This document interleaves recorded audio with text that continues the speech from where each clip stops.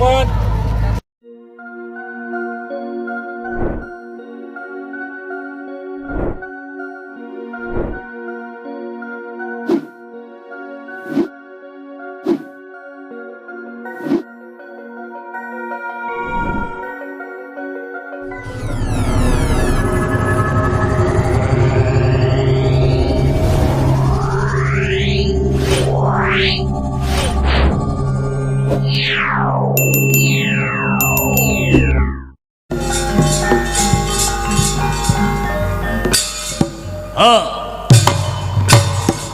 Hei, cepol, ho, hei,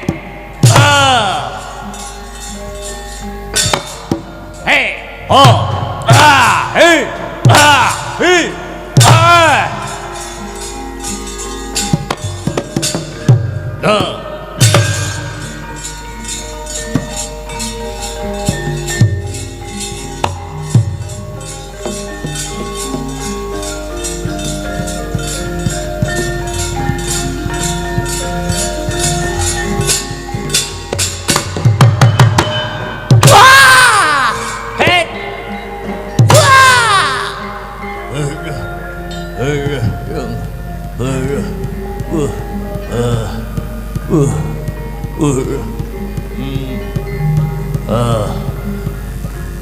hot, hi, he,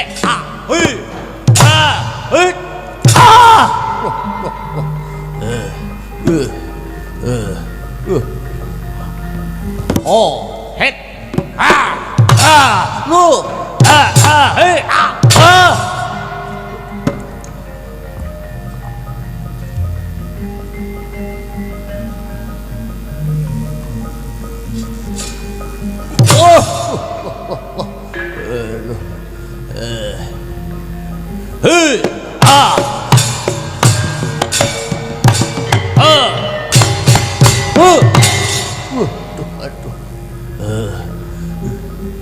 hit,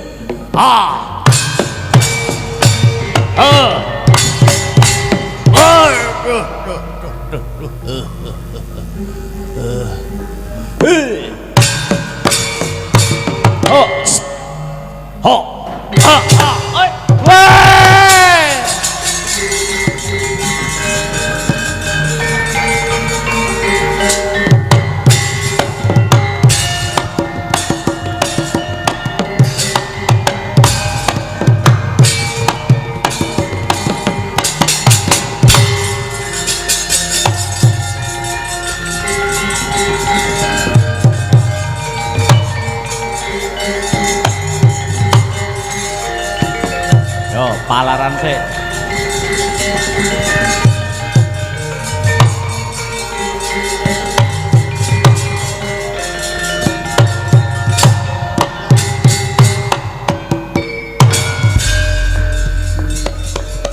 Keparasi murang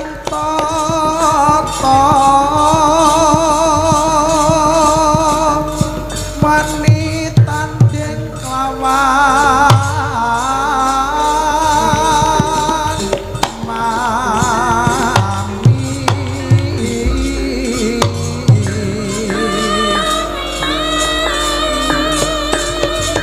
iki santri yali nuwe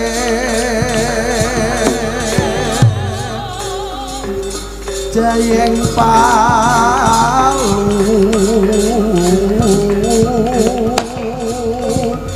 gonsa yati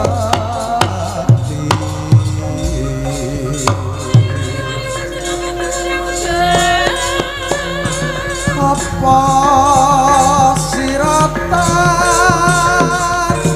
ajre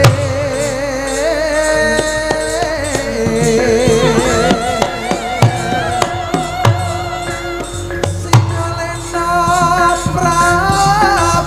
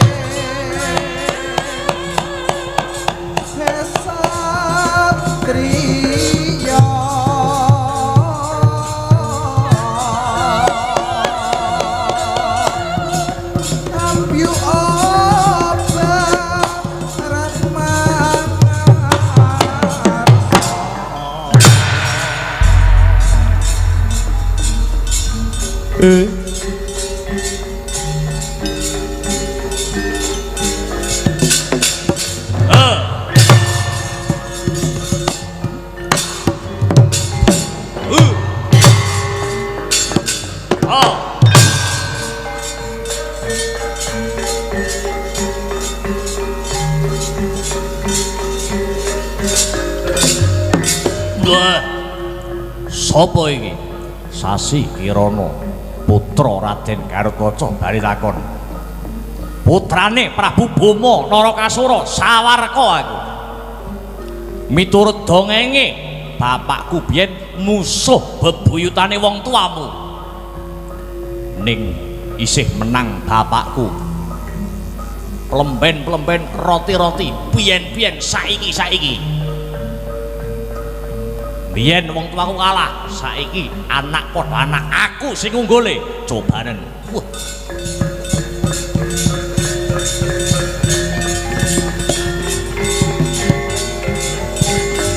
Oh, hi.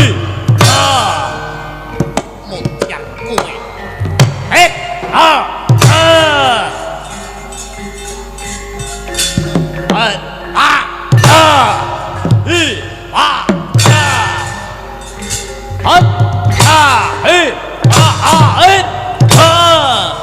Mutiar.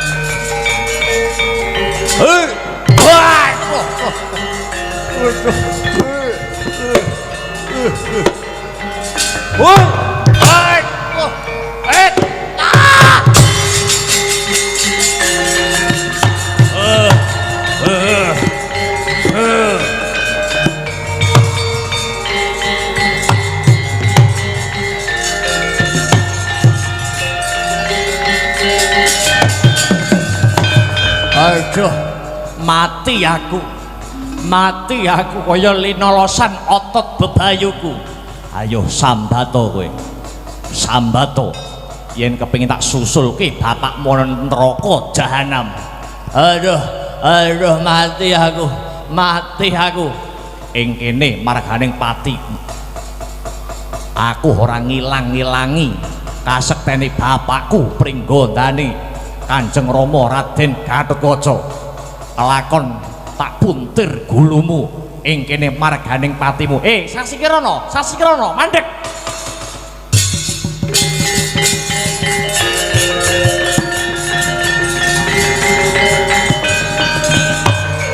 Wis kulup, wis.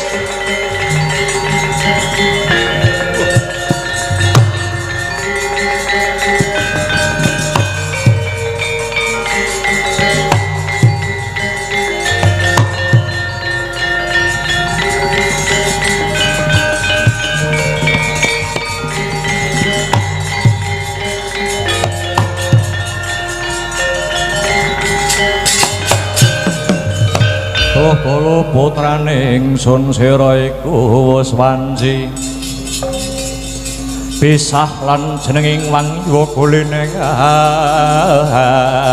arti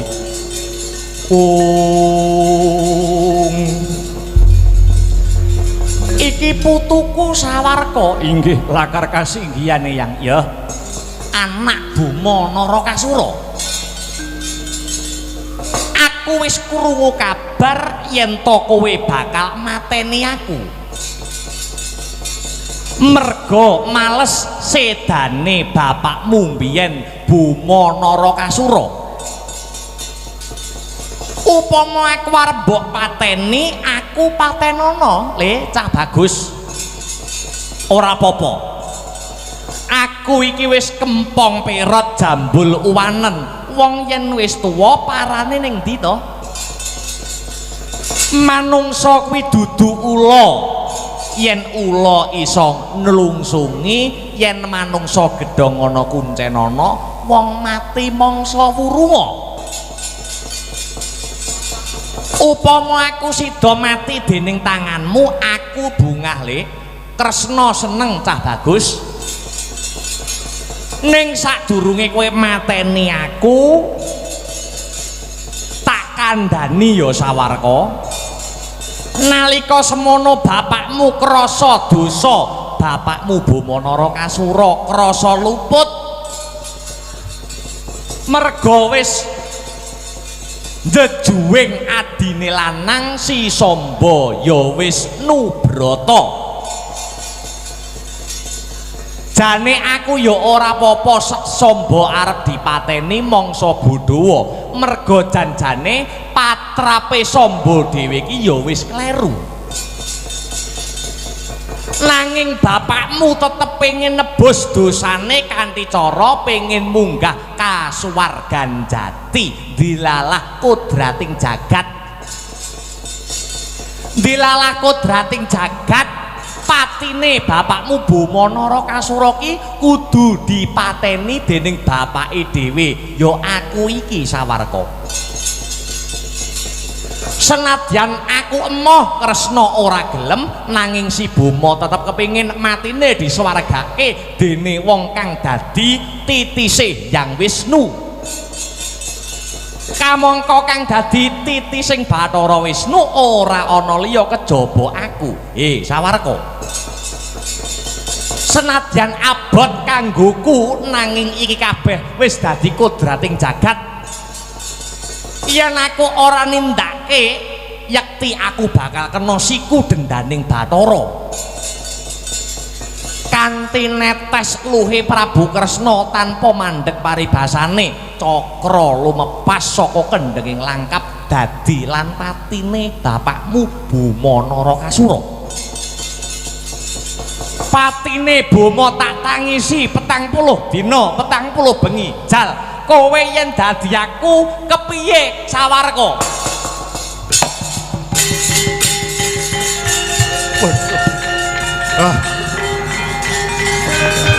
Kanjeng Eyang.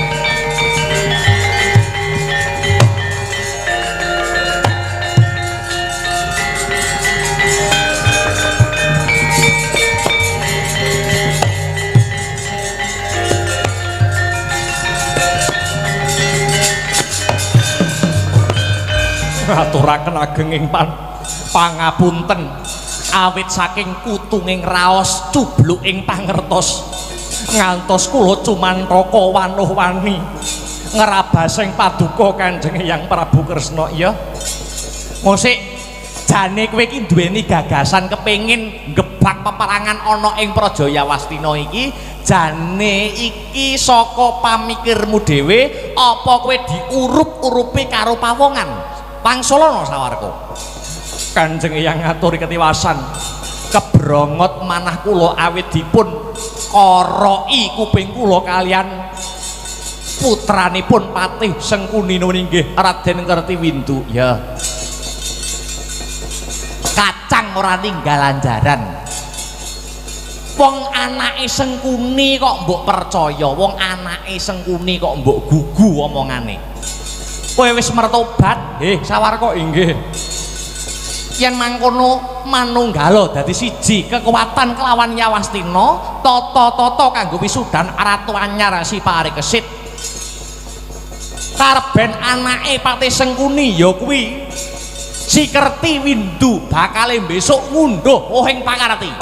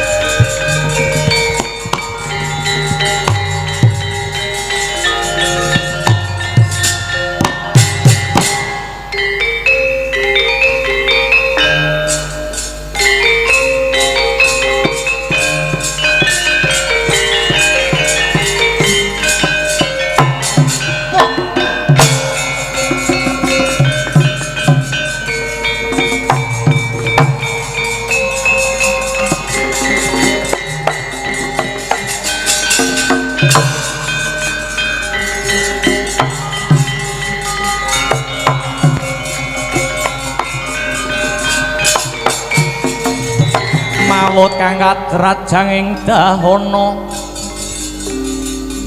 dahana wadya sanggap kaprabon perangkang obro marakata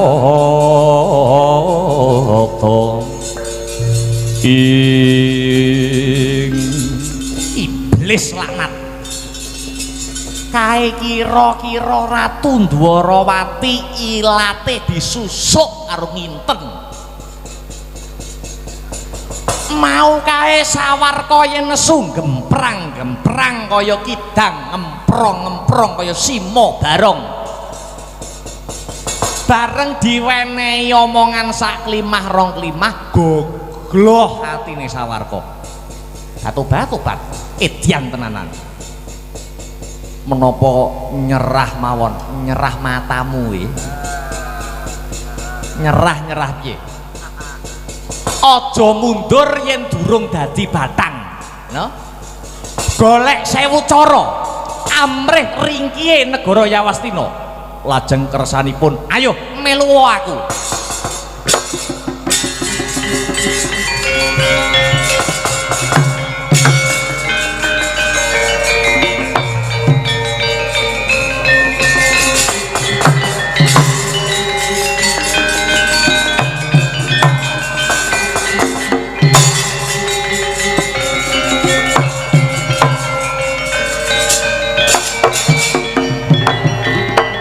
ana kitung rumaksa ing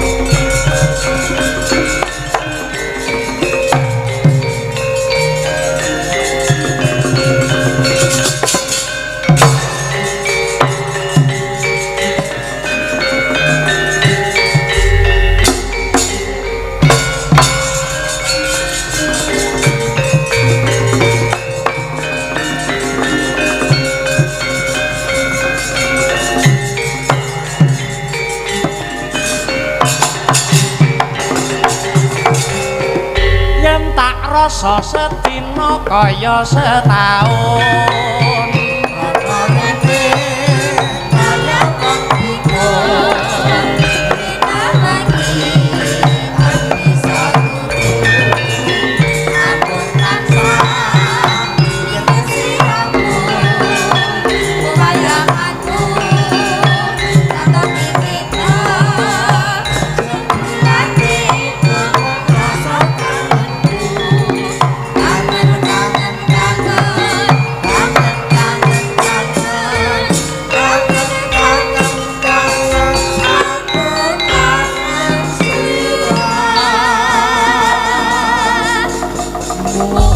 ing sakartum la azidanakum bala ing kafaratum inna adzabila sadid. Artine apa le? Sok sapa sing seneng ngunjukke rasa syukur, memprioritaskan rasa syukur, sayekti nikmating pangeran, nikmating Gusti Allah bakal ditambah marang umat sing seneng syukur mau. Oh ngono. Ha nggih. Kosok baline sok sapa sing kufur utawa ora ngakoni marang nikmating pangeran, maka umat mau bakal nampa siksa yang amat pedih. Oh ngono ya Le. Nggih Mas Gareng. Maknane piye Truk kok iso kowe ngomong ngono kuwi? Maknane aku ya kuwi nengenake babagan perkara syukur, merga syukur mau tak kira wis diterapkan kelawan pepundhenku ingkang winengku kinurmatan Bapak Haji Panito Sarjana Ekonomi. Oh ngono ya Le. Nggih. Kamangka wong syukur menika maneka warna tata caranipun. Contone Le, ana sing dana rasa utawa nyenengne rasane wong akeh ya ta. Dadi sedekah ki ora kudu berupa uang, ning nyenengke wong liya kuwi ya wis kelebu sedekah. Oh ngono. Nggih. Kaya bengi iki gelar kabudayan kesenian wayang kulit ditonton untuk umum karo para warga masyarakat. Heeh. Nyenengke wong akeh gawe senenge atine wong akeh iki ganjaran kagem Bapak Panito. Oh iya Le, apa meneh ya nanggap iki ya ngetokke waragat kuwi jelas hitungane ya sedekah. Kaya mangkene iki sing disenengke ora mung pelaku senine kaya to dalang pengerawit bintang tamu karo sindening, uga akeh pihak-pihak sing diuntungkan. Tero panggung sound system, ayo para bakul-bakul, iki yo melu kecipratan rejeki. Oh ngono ya Le. Nggih. Miras-miras awake dhewe ngoraketke paseduluran karo tali silaturahmi. Karo para warga masyarakat kang mapan ing Candirejo mau Pak Kepala Desa sonten wau nggih kepareng rawuh. Matur nuwun Le, matur nuwun. Sok sapa sing seneng jembarke tali silaturahmi bakal didawake umure dijembarke rezekine. Allahumma amin. Aya. Luar biasa. Aku yen ngobrol karo panjenengan kang winengku kinurmatan Bapak Panito iki wis paring nasihat kali damar marang aku akeh banget. Oh ngono. Heeh. Ibarate wit kae saya dhuwur, wit kae saya dhuwur wite, saya banter angine. Maknane wong ki yen saya dhuwur karire, cocok akeh sing bakal ganggu gawe, godane ya saya akeh. Oh ya, mula kudu sing ati-ati, eling lawan waspada. Ayo Pak Panito uga siap mendukung konco-konco Astabrata dalam berkarya dimanapun dan kapanpun. Wah, matur nuwun dasare ya padha-padha putra daerah saka Laladan Nganjuk lan putra daerah alumni biyen ana ing alma materku SMA Negeri 1 Nganjuk. Ngono. Ngaturke panuwun ya, ngaturke panuwun, terima kasih yang sangat banyak ingkang sampun pitados percaya kalian Petruk sak rombongan. Cekak aose awake dhewe ndongake Le, ndongake. Semoga PT Exindo di ulang tahun ke-8, pinaringan rahayu wilujeng niskala PT Exindo 57 nggih. lan Pak Panitus keluarga pinaringan sehat wal afiat, pinayungan keberkahan, kinemulan karaharjan. Amin amin amin ya rabbal alamin. Yo nyicipi suarane kanca-kanca pesinden lan waranggana. Alam-alaman truk nggih. Mas Heru kuwi dikongkon bawa. Ayo. Wilujeng enjing Mas Heru. Selamat pagi Mas Wes Bagong. ya. Oke. Bawa mardika mawon mengke sing nyekar karep ben Mbak Deni Jenko, nggih ta? Pau dereng paring pisumbang dana semanten. Nyuwun waras napa niki? Manut mawon pelok barang nggih. Oke. Pengasih nggih monggo, slindro nggih. Kula nggih purun. Sak mardikane. Karo Mbak Denko, ya wis sinden hebat ya an. Nyuwun barang mawon. Oh, Mas Heru ki seneng karo barang. Luar biasa. Mau sore ning apa ki ning transit wis ngancani kancane Sanggulan. Sinden anyar. Sinden anyar ya. Sangga Buana. Wayu luwes ya. Demes. Mangga Mas Her.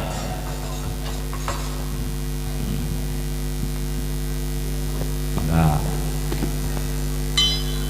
Kiraku Sandro.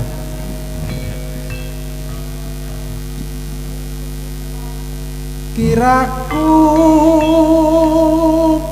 kowe tan cidra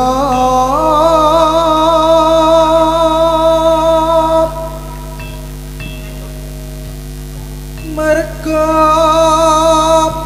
suwe tak anteni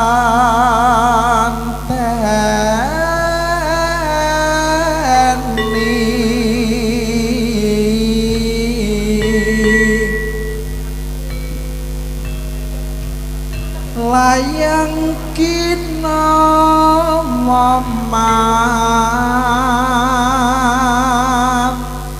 ruta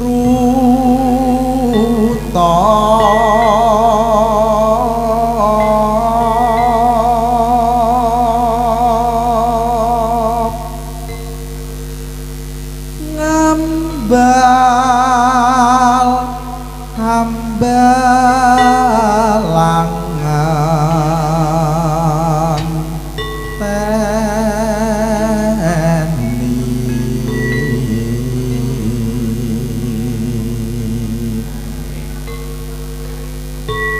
suwe hangan teni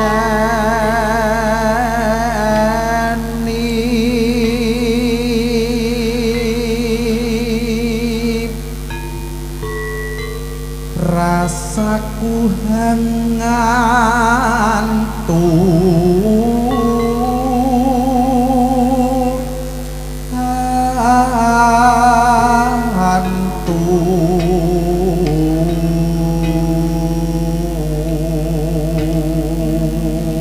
Tetembangan menika nggih katur kunjuk ingkang memonitor lumantar live streaming channel YouTube nggih mugi-mugi sageta dados jampining saya karo lek-lekan truk kopine diseruput. Nggih.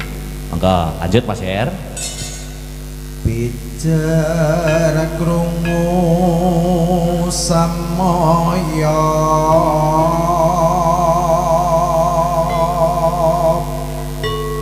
eling yen tak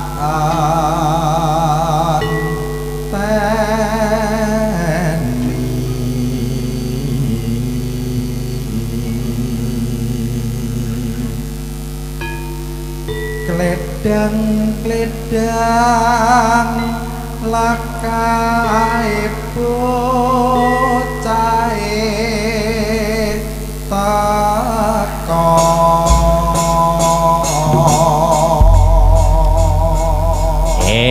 kula sambi maca WhatsApp ingkang chat menika. Assalamualaikum warahmatullahi wabarakatuh. Selamat malam Mak Cangik. Saya Karno dari rombongan WMC Wayang Mania Community dari Bojonegoro. Ibat adoh-adoh nyusul nyelaki waktu rene le. Dari Bojonegoro. Dari Bojonegoro mengucapkan selamat ulang tahun yang ke-8 buat PT Exindo 57. Semoga Exindo semakin jaya, semoga bus Exindo semakin berkembang, buka bus malam akap kalau buka jalur Bojonegoro saya siap bergabung menjadi agen tiketnya. Terima kasih. Wayang Mania Community, siapapun dalangnya yang penting wayangannya. Masuk terus. Mbak Deni Nggih, dalem. monggo dipun dalahaken menapa menika. Pelok barang. Sakniki nggih. Lho, engken sesuk wis ngumputi debok.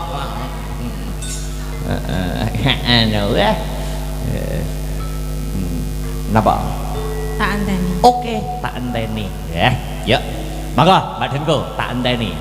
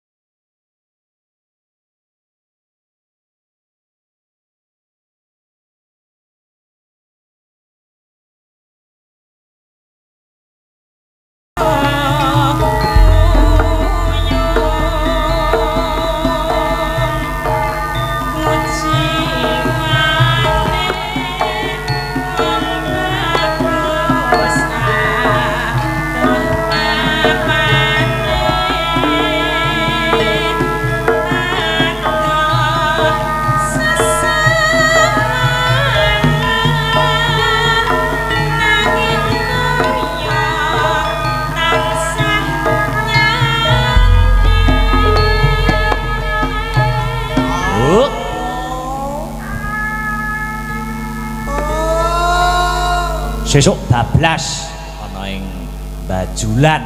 Monggo sing kepareng rawuh, kepengin rawuh, Bajulan. Ayo. Lanjut.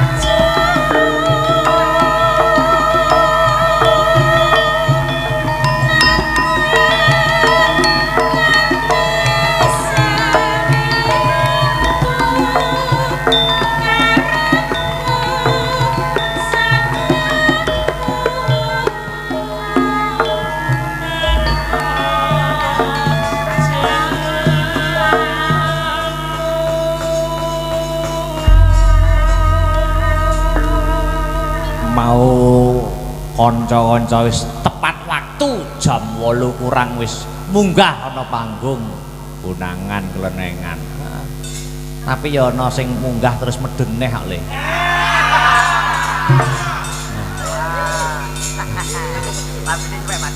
Wis tak omongi to, ora usah meksa.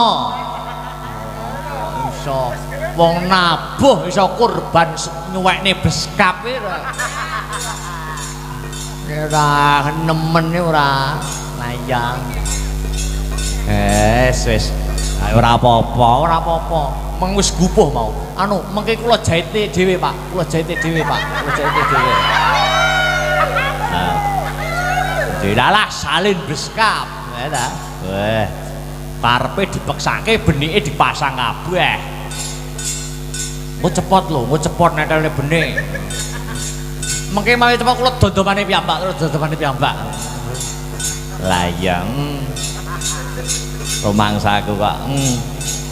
Matur nuwun. Uga awake dhewe sowan ana ing HUT Xindo rampung iki. Heeh, dilanjut tanggal 26 Agustus mapan ana ing Sugihwaras Ngluyu. Ngono. Lor parane.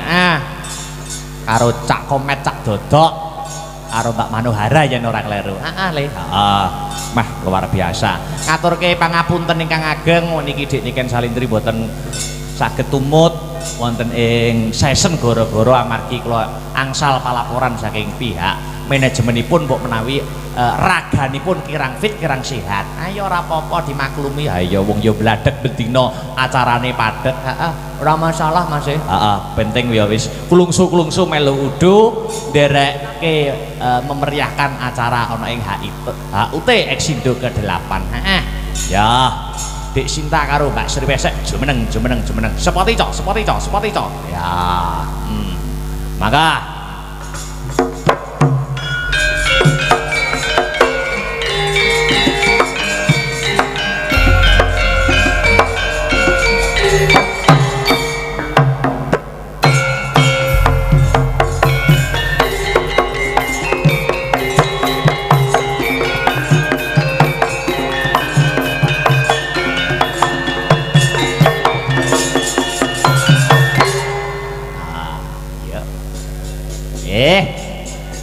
kanca-kanca semangat nek nabuh mergo mau ning transit saka ngisor wis kaya kompor dibong karo genset ning dhuwur ungkep. Mbak Sri kali Dik Sinta. Yuk ngaturke apa sing gamelan dhisik. Bar iki musik apa? Niki mboten wonten pamundutan. Sampun mboten wonten. Napa, Pak? Napa nyuwun napa? Napa, Pak? Es teh. Nyuwune es teh iki. Ayo ning warung. Iya. Apa bubuk asmara? Nggih. Request dari Delange nggih. Nggih. Bubuk asmara. Bubuk asmara ben anget ya. Monggo Dik Sinta kali Mbak Sri Wahyudi. Nah, dipinangkani. Yuk, bubuk asmara dadekke. Yo. Monggo.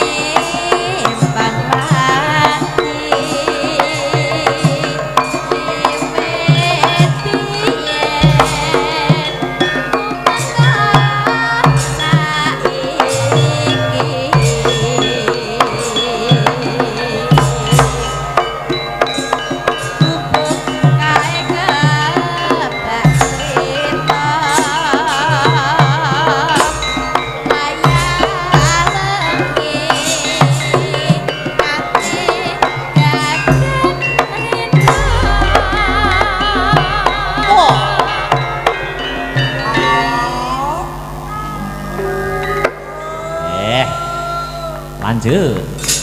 Catetan sajrone ati katanya luntur saya merati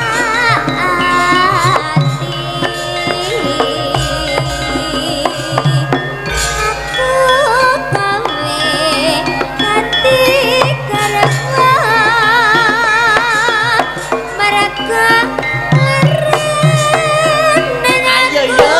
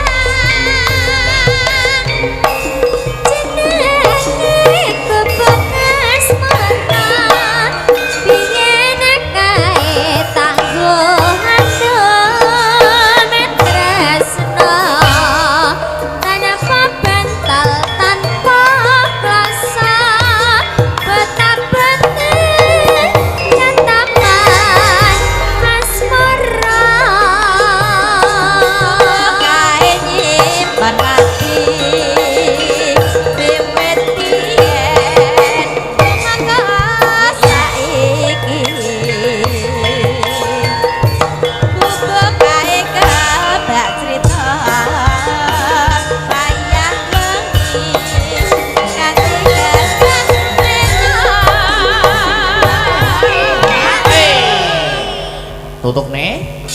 Catetan sajrone ngati tanah luntur saya merati aku gawe dadi karepmu mereka ning aku asmara. Terima kasih Dek Sintan. Mbak Sri. Sing ngibet gleleng. Mau budal kancane numpak motor karo numpak mobil.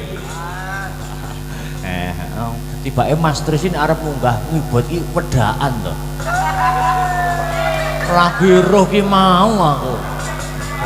Tibake ora nggur Mas Hera ya. Tibake sing ngibet ya pengen tampil ke muka-muka ketampil. Oh ngene-ngene apa mau? Oh, lagi nek wedha. Ya. Ya sisane Dik Betrisa, Mbak Ingkara karo Mbak Dwi Jemeneng. Seperti itu.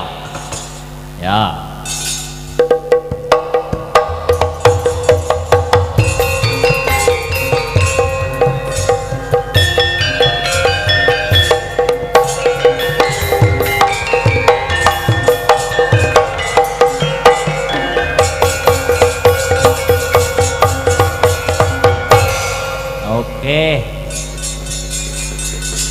Tibake isih ana pamundutan Mbak Inggar. Nggih, napa? Milih salah satu ya. Ki musik raiso dadi siji apa ikan dalam kolam. Raiso dadi siji sing nge-rap niku to. Rasa ati ra tenang mikirke selingkuhan. Manut Mas Tris. Manut Mas Tris, manut sing ibad. Manut Mas Tris. Nggih. Merdeka. Iya, wah. Mangga. Ora iso dadi siji ya kena, ikan dalam kolam ya kena. Pun samapta Mas Tris. Dadekke, ya.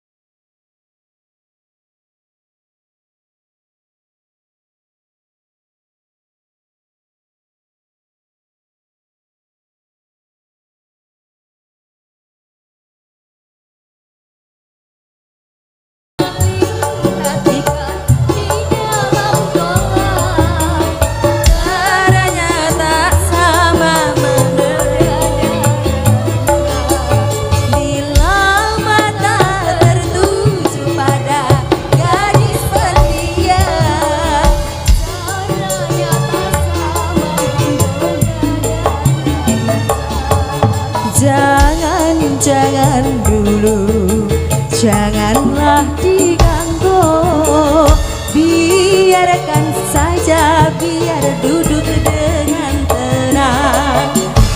Senyum-senyum dulu, senyum dari jauh.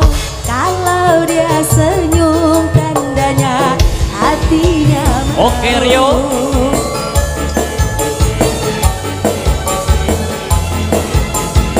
Ya salam.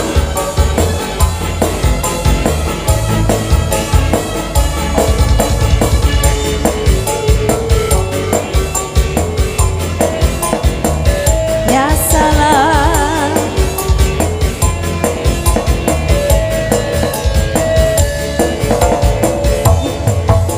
Bila ingin melihat ikan di dalam kolam, tenangkan dulu airnya sebening kaca.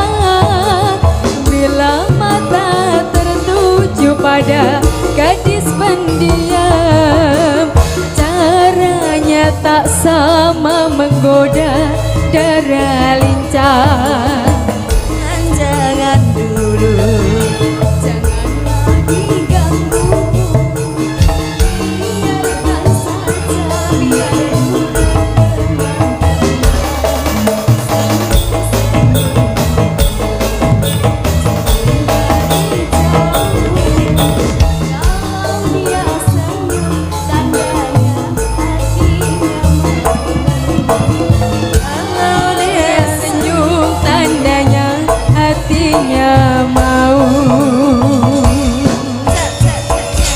Terima kasih keripik gedang keripik telo sithik edang waton rata ngaturaken pangapunten menawi wonten tembang-tembang ingkang dereng kula pinanganti disambung wanci sanes ngono terus Parikesit dadi ratu. Ayo disekseni kaya ngapa Ndara Parikesit anggone berjuang nganti sukses dadi ratu ana Praja Wastina. Ayo le kaya ngapa babare nglakon. Ayo Mas Gareng tak derekke.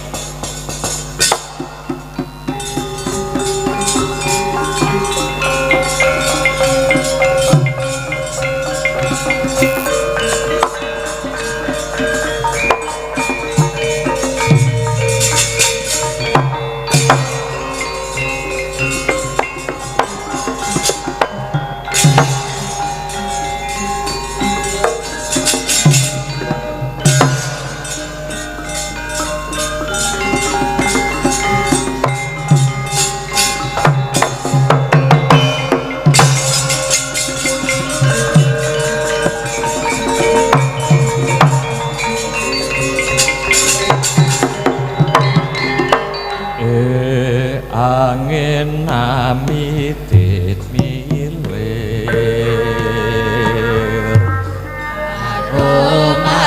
Arum-arum lumprang Banjaran Sari.